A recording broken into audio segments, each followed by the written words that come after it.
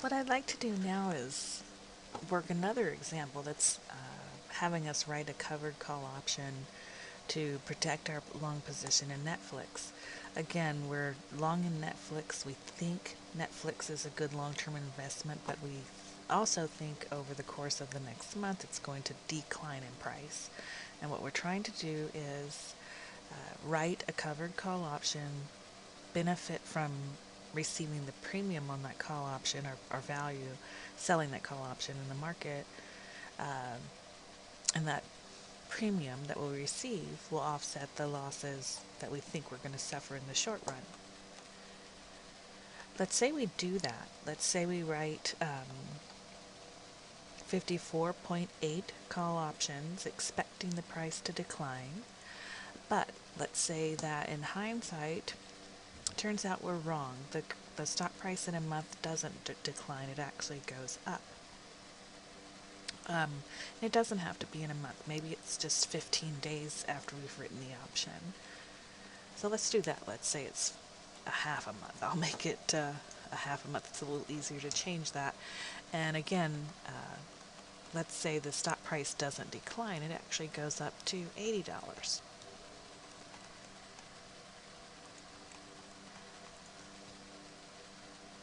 So it turns out we actually did okay in the long position of our stock. It goes up to $80 times 1,000 shares or $80,000, and we now have a profit in our long position on Netflix.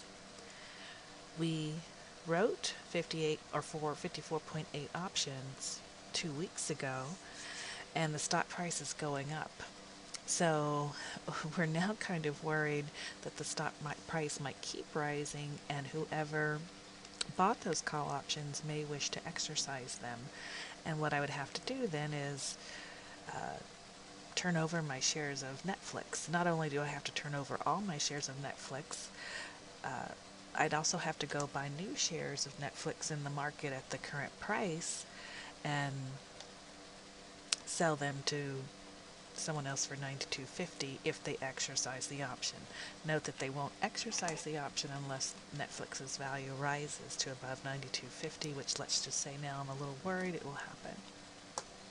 And actually, just to make that a little more realistic, let's change this to $90 instead of $80.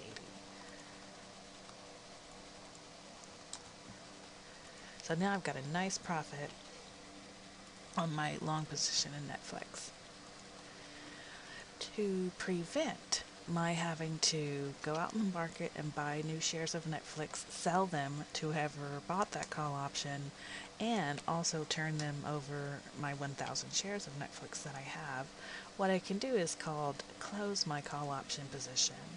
I wrote or sold a 54.8 call options at this point in time. I can close it by taking an offsetting position, buying 54.8 call options.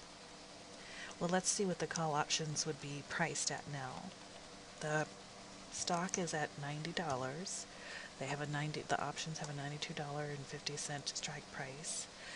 There would be, 16 days until expiration because they originally had 31 days. Uh, Looks like the options would be trading for $3.64 each.